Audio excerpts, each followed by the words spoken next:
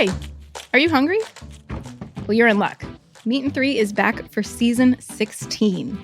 I'm Taylor Early, and we've got a whole new batch of reporters I am so excited to introduce you to. Hi, there. I'm Elizabeth Fisher. Asha McElroy. Sam Girardi. Jessica Gingrich. Hannah from Wisconsin. I'm a swing dancing audio engineer. I am a future registered dietitian nutritionist. I'm from New York, and I love rice and beans. My favorite food of all time is a shrimp burrito. I love watermelon. We've also got a bonus podcast for you called Behind the Internship.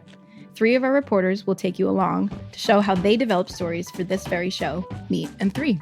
Hi, I'm Danielle Flitter, a plant-based chef from Philadelphia, living in Mexico City. I'm Sophia Hooper. I'm a bartender based in Portland, Maine. My name is Addison Austin Liu. I am a chef and food journalist from Salt Lake City, Utah, and my favorite food is Peruvian. Rice and beans. Hand-drawn noodle soup. So tune in to enjoy a square meal for your ears. And I hope you saved a little room for dessert. You're listening to Heritage Radio Network.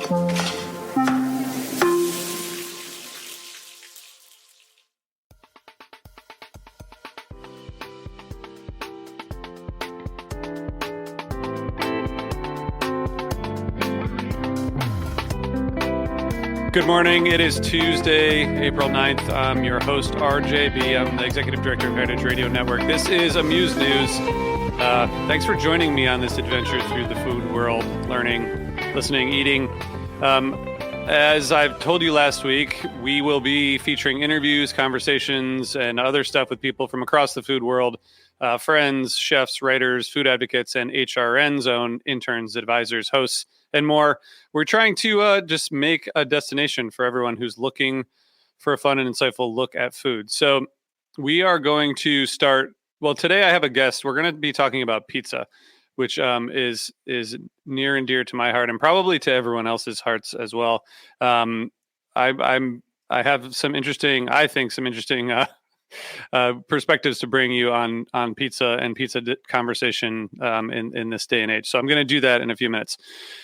First, I wanted to talk a little bit about news. And if you're listening to this podcast, thank you for tuning in, and thank you for joining us. If you're streaming live, thank you for streaming. And put your questions, thoughts, and all that stuff into the chat because we want to hear what you're up to and what you're thinking. Okay, so first thing is that in terms of news, as I said, we're going to be pizza focused or as much as possible. We have a new episode of Pizza Quest, which is a great show on HRN. This episode features Peter Friedman, who runs All Purpose Pizza Shop. My guest Jim, I think he knows about that. I don't know if he went to All Purpose when he was in DC, but it's a cool interview because Peter, who runs All Purpose, he talks about his career working with Rich Melman, Chef Mark Vitri in Philly, and also Jose Andres. So there's a lot of conversation about pizza, and Pizza Quest is a really fun show that's been around for a long time. Okay.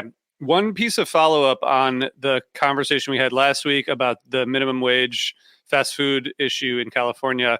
I've been seeing some of these, but wanted to share a pizza-related one, which is that Mod Pizza has shut down 27 restaurants across the U.S., including 5 in California in the last month.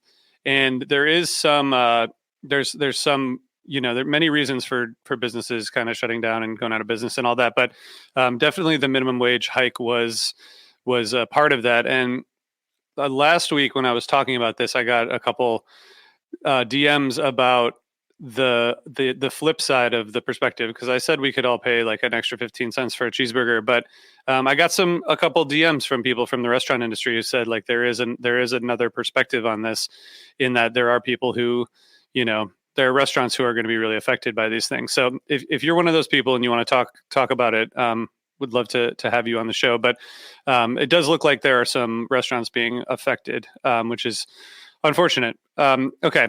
We have a new episode of Snacky Tunes. Not sure if everyone knows that podcast. You probably do because it's been around for a long time.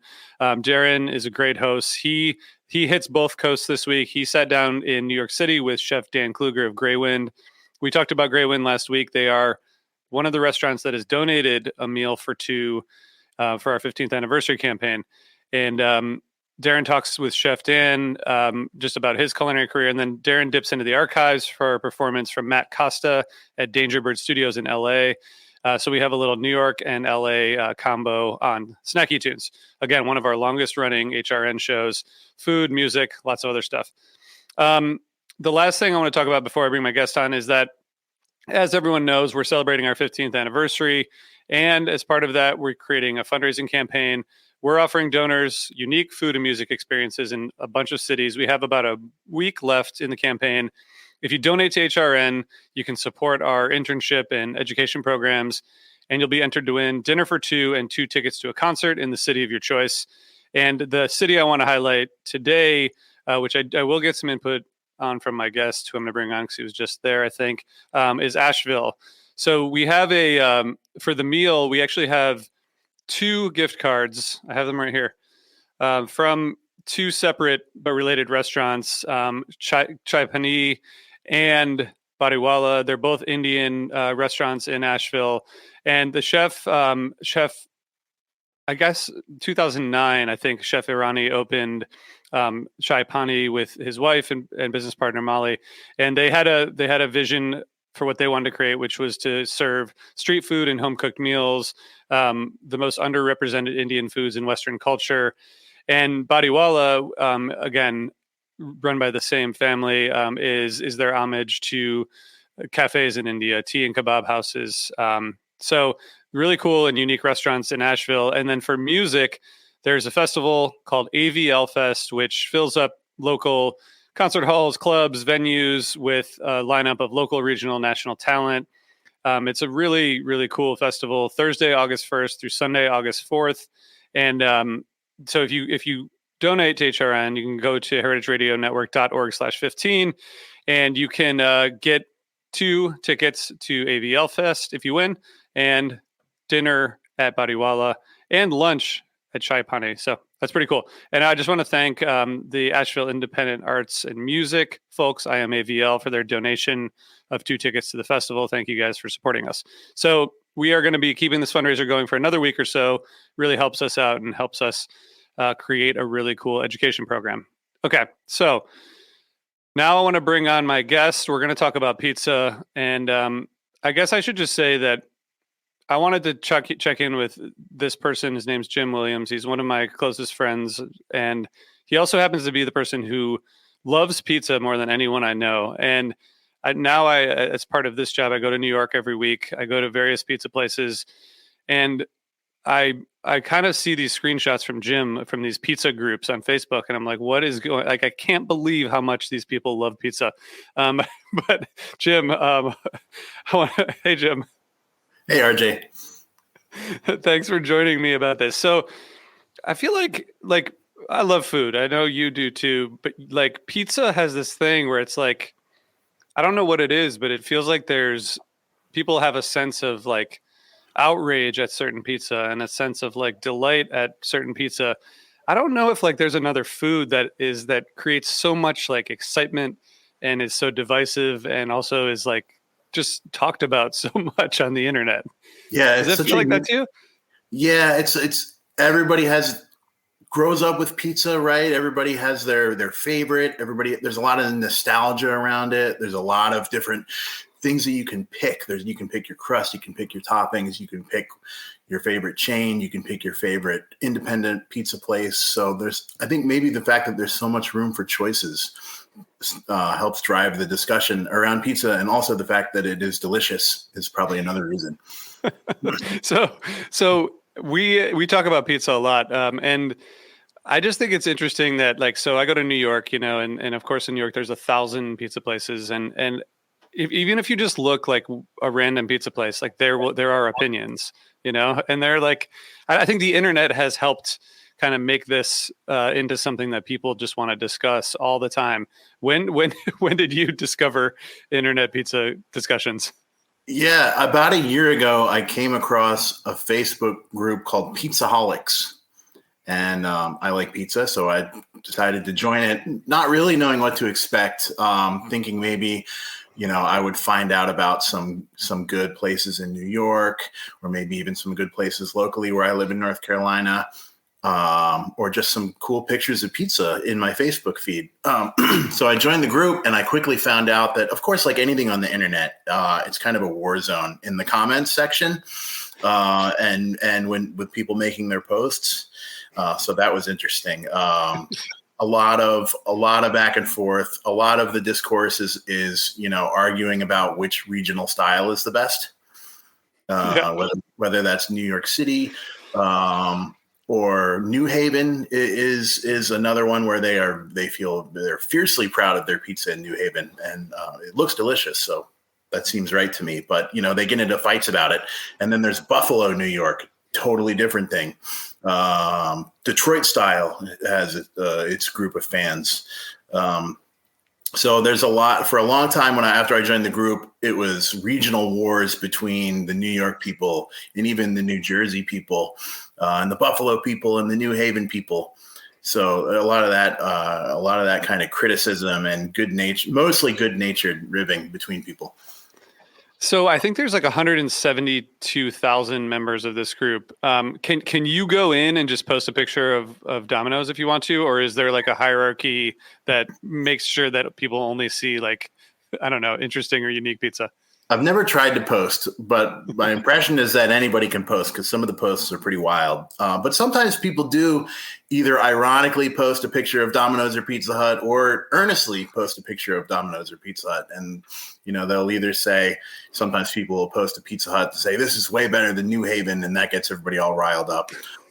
Or sometimes people will say, oh man, this is the Pizza Hut pan crust, just like when I was a kid, still brings me back. And a lot of people will be like, yeah, me too.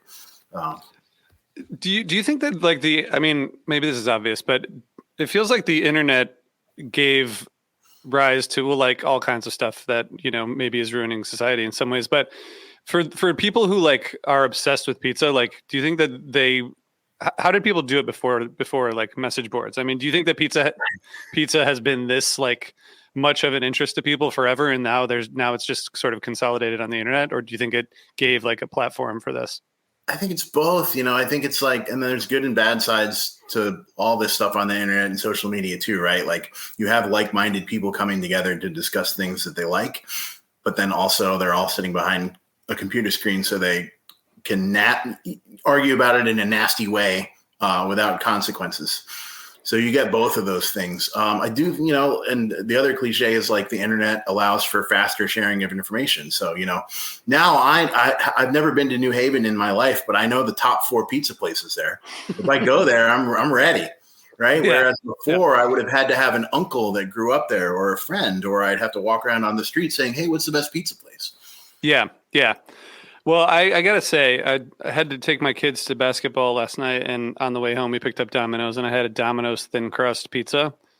It was really good, Domino's revamped their formula 8 or 10 years ago, and it's pretty good. I mean, I think it's the best of the national chains. It wasn't always that way, but when they did that change, I think it became the best, and I feel like their quality control is really good among the national chains, and a lot of people aren't up on that, or they just, they last had Domino's 10 years ago and they've moved on, but Domino's is pretty good. So what are like the biggest trends that people are talking about in pizza right now? Because you mentioned there's regions, there's different styles. Like what are the 3 biggest things happening in pizza discussion, as it were? In terms of toppings, hot honey is really big. People are putting that on a lot of different things, and it's really taking off on pizza. I think even Pizza Hut has introduced a hot honey pizza as one of their specials in 2024. So that just goes to show, when it hits the chain, that must mean that it's a big trend, probably. Yeah. Similarly to how Little Caesars introduced a Detroit style pizza a few years ago. So hot honey and other kind of glazes and drizzles on a pizza are big. Like sometimes you'll see balsamic vinaigrette on a pizza, or a ranch swirl, or a buffalo sauce, or hot honey in particular. So I feel like those special sauces are big. Another one is, people are talking a lot about the different regional styles, what they're like. if they're good or not. What are the differences? What's your favorite? That's another thing that's like the internet is definitely driving. I didn't know that Detroit style pizza existed until 15 years ago or so, when there was a food truck locally that introduced it. I'd never heard of it. But now you see people talking about it on the internet a lot. Again, on Pizzaholics, there's all these wars between the regions, Buffalo style. Ohio has a contingent. New York. Which is ridiculous being from Ohio, Well, Midwestern pizza is its own thing. And yeah, it's true. Like anything, there's pros and cons to it, which is something that I'm learning as well. But yeah, even within New York City, Brooklyn versus Manhattan, some people claim that Staten Island has the best New York pizza. So it's pretty interesting. And then the other trend that I see a lot on some of the pizza groups on social media is home baking. There's all these different kinds of pizza ovens that you can buy now. Uni, we have a friend that has an Uni, and his pizzas look amazing. Make them in the backyard. It looks like an artisan workshop, pizza workshop. Yeah, it's like Neapolitan. It looks great. So there's several different companies that make these nice backyard home pizza ovens, but also you can get like a baking a pizza stone for your oven, or a pizza steel plate to put your cook your pizza on in your home oven, and it makes it so that the temperature is higher than it would be normally in a residential oven. So baking at home, it seems like another big trend, and people share crust recipes online and sauce recipes and what's the best brand of cheese to buy and stuff like that. So that's fun too. Yeah, I want to just go back to the hot honey thing, because Roberta's, where HRN started, I think probably one of their most popular pizzas is called Bee Sting, and it's tomato, mozzarella, sopressata, basil, chili, and honey. So like the chili and honey are kind of separate, but it's a really, really good pizza. But you do see that kind of everywhere now. I feel like it was like a special thing that's now like kind of everywhere. I guess that happens with pizza. My kids won't eat Detroit style, and they also won't eat thin crust. Like they, like the two extremes are like, and Detroit style is like a whole thing. I mean, it's kind of like eating a pie or something. And then my daughter said that eating thin crust is like eating crackers. It's interesting. Do you have a preference? Like or are you just like all pizzas great? I'll take any pizza I can get, but I do like Detroit style a lot. I like the way that the cheese caramelizes on the edges, and I like that kind of fluffy deep dish. Some people don't, and that's fine. It is very carb heavy, so that's understandable.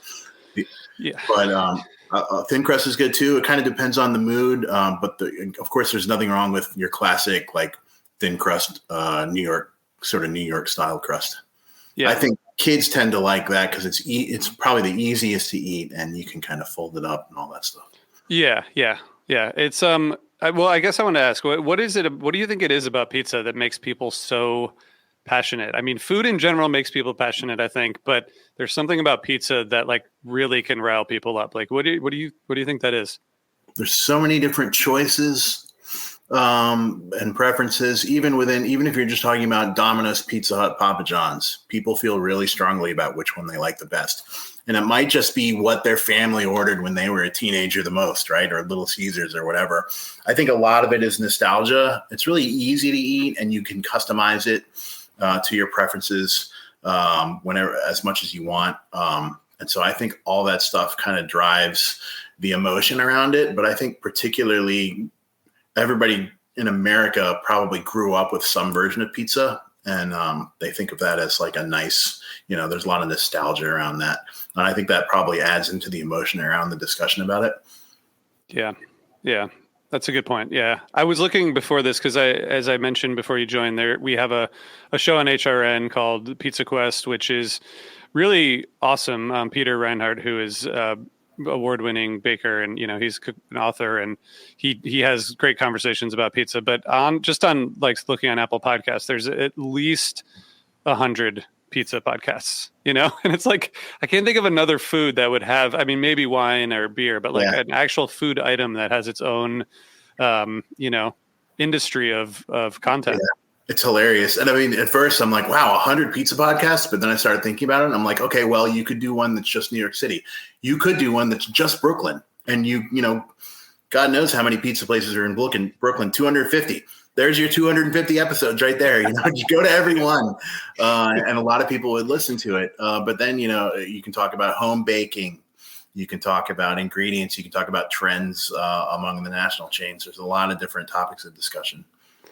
Yeah, it's pretty amazing. Well, okay, so is there a resurgence of like regular, not regular, you talked about this a little bit, but like Domino's, Pizza Hut, like, is there a resurgence of those? And how are the conversations on the message boards about like a Domino's versus, you know, you go to Sally's for the first time or whatever? Like, how are those conversations? Most of the posts on Pizzaholics are people who are going to renowned local establishments and you know, almost as a pilgrimage, or they grew up there. So, you know, in New Haven, it's Sally's, it's Modern.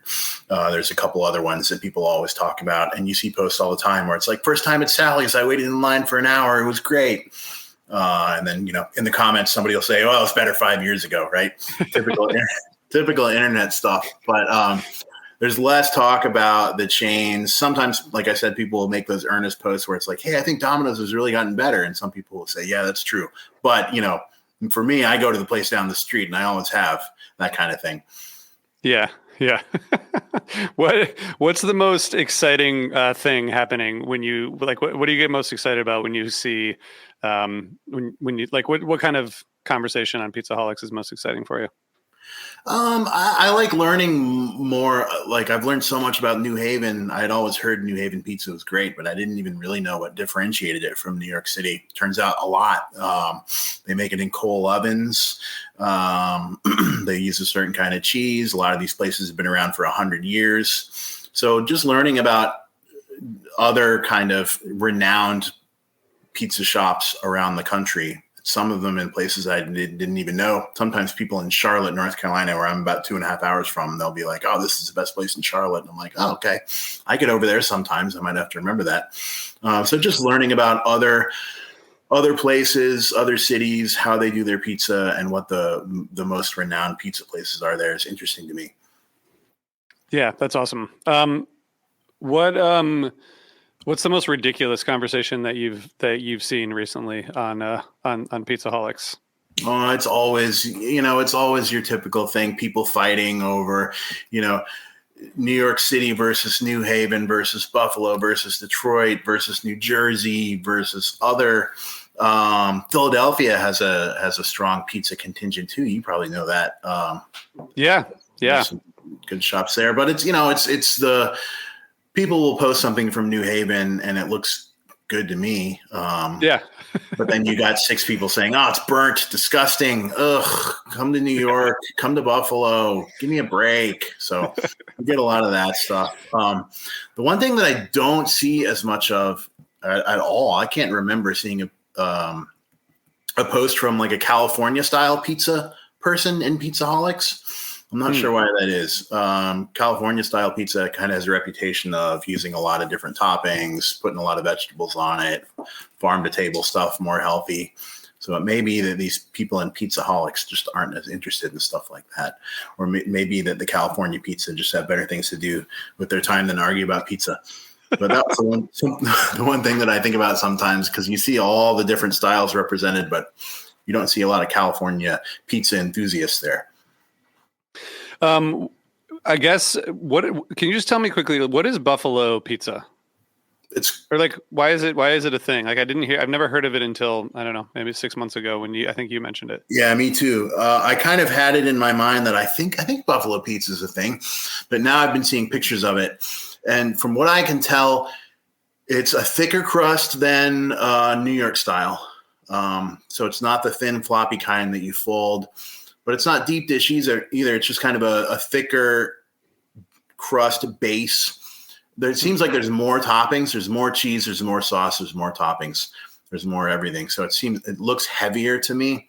It looks good. But it also looks like the kind of thing, if you could sit down and eat 3 slices of New York style pizza pretty easily because it's so thin. You might not be able to get that far on a buffalo pizza. Yeah.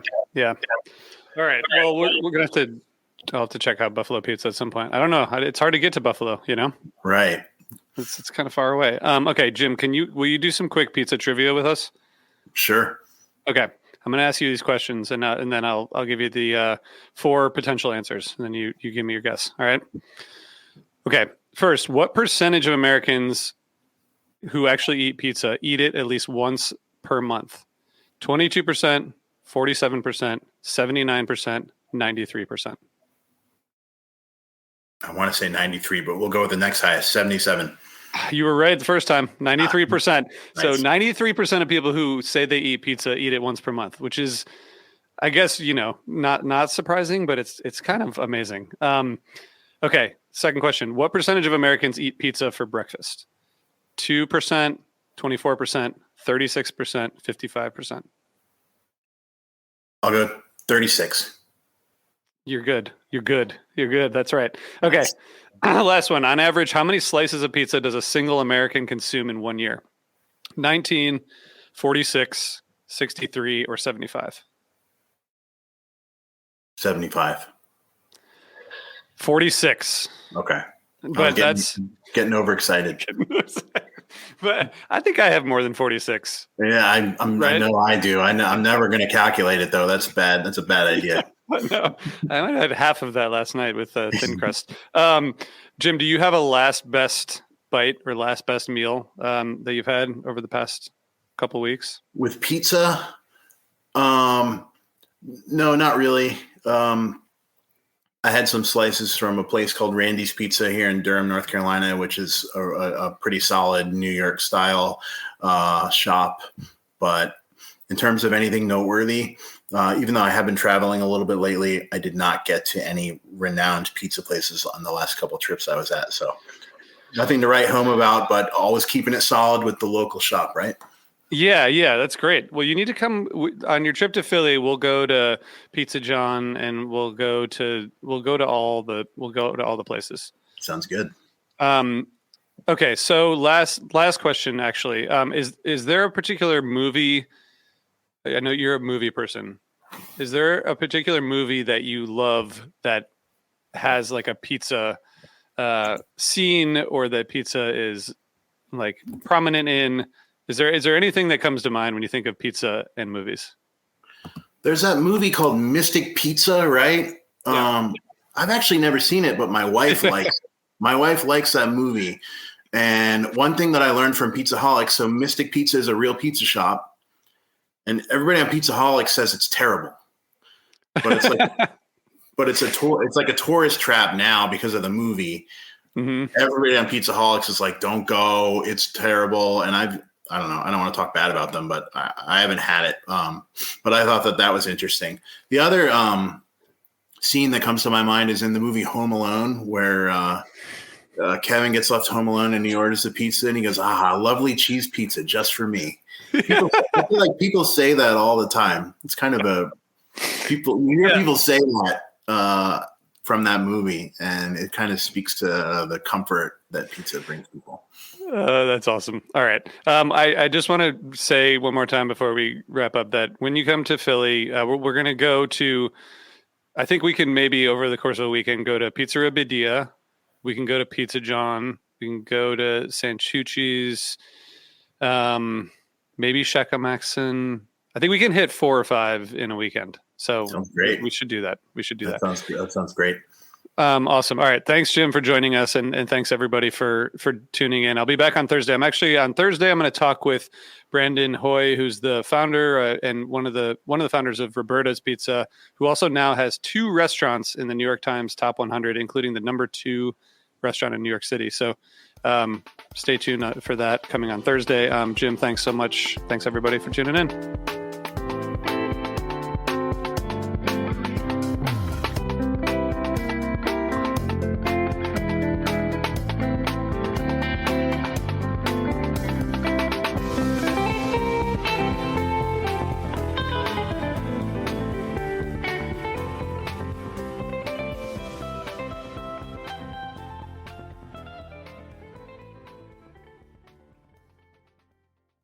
everybody, I'm Nick Layton. And I'm Leah Bottima. And we're the hosts of Were You Raised by Wolves? Each week, we try to make the world a kinder, nicer place. Well, that's the idea, at least. I mean, we try.